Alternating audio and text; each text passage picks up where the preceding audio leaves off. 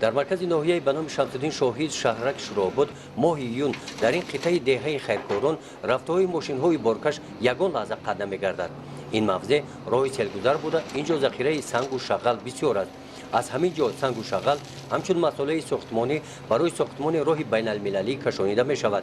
در این شب و روزها کارهای ساختمانی در این ناحیه با سرعت ادامه دارند. برای هوسمند گردانیدن راهسازان طبق سپارش رئیس ولایت خدلان کارمندان بخش فرهنگ ناحیه واسه با برنامه کنسرتی به این ناحیه آمدند. امروز خرسندی بخش است که در تمام گوشه های تاجیکستان عزیز ما سیاست سازنده و بنیادکارانه حکومت جمهوری تاجیکستان در اوج است و امروز ما هنگامی که از شاهراه راهی ابریشم از شاهراه کولاب و دستان در قطعه ناحیه شمس‌الدین شاهین دیدن کردیم، واقعا این عزم و جذبی به همتای ساختمانچیان راهسازان را دیدیم.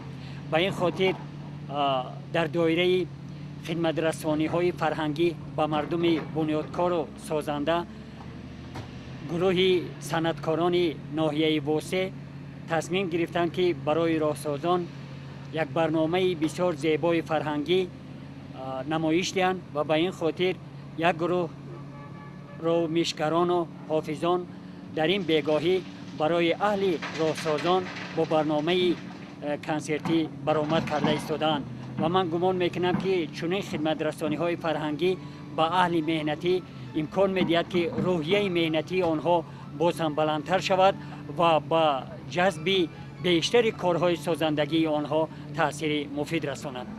ناحیه به نام شمس‌الدین شاهین ناحیه کوهستان بوده، شغل ساکنانش زراعتکاری، باغداری و چارواداری می باشد. ماه ایون اگر در ناحیه واسه جمع‌آوری حاصل گندم در عرفه انجامیابی است، در این ناحیه باشد گندم حالا سبز بوده، آخرهای ماه اوگوست جمع‌آوری کرده می شود. در این روزها ساکنان ناحیه بخشیده به جشن 25مین سالگرد استقلالیت دولتی جمهوری تاجیکستان آماده می شوند. این حمله ساکن دهه خیرکاران تقیمراد عالم هم می باشد که در دور ناحیوی مسابقه جمهوری اشتراک نموده است. تقیمراد عالموف طبیب داروساز است، درباره رستنی های شفابخش معلومات خوب دارد. این گونه گیاهای خودروی در حوله ها می رویند. انمی رستنی را پلوغ میگن، رستنی داروواری می باشد که در شرایط اقلیم شرابات بین‌نهایت به نقص به بقایا میرسد و از جهت اکولوژی به نهایت تازه می باشد که در تیمی را همچون دارو برای رساندن کرم معده استفاده میبرند. ما این را جمع‌آوری کرده در وقت معین قاق کرده و پیشکش مردم میکنیم.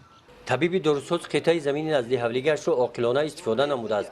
درختان گوناگون میوه دهنده باغ این قطعه زمین نزد حولیگی هنرمند واسگی میرزا حاجیمتوف را به حیرت آورد. او 20 سال پیش به این حولی آمده بود. آن وقت در این حولی نهالی را هم ندیده بود. از آن دوره تا امروز در حیات اویلوی این عائله تغییرات کلی را مشاهده کرد. همه این موفقیت را تقیمراد عالموف از دوره صاحب استقلالی تاجیکستان از دستگیری های حکومت مملکت میبیند. این درخت زردالو را تقیمراد از شهر خاروق آورده است. تاگ را باشد از شهر ترسونزاده دسترس نموده است.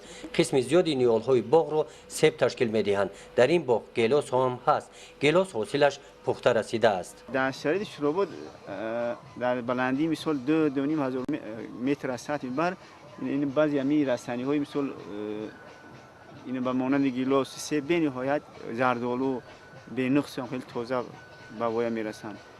در اون صورتی کم کم وقت استفاده میکنی دارو میمونی وقت خطی. این بود نگاهی یک لحظه‌ای ما به هنرمندان واسگی از کارهای آبادکاری و شغل ساکنان این ناحیه کوهستان.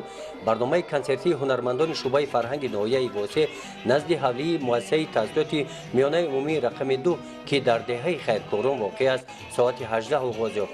در این چاره‌بینی رئیسان ناحیه های واسه ناحیه به نام شمس‌الدین شاهین برآمد نموده قید نمودند که تشکیل چنین چاره‌بینی های فرهنگی بین ناحیوی جلب ساکنان را به کارهای آبادانی و سازندگی بیشتر می‌نماید.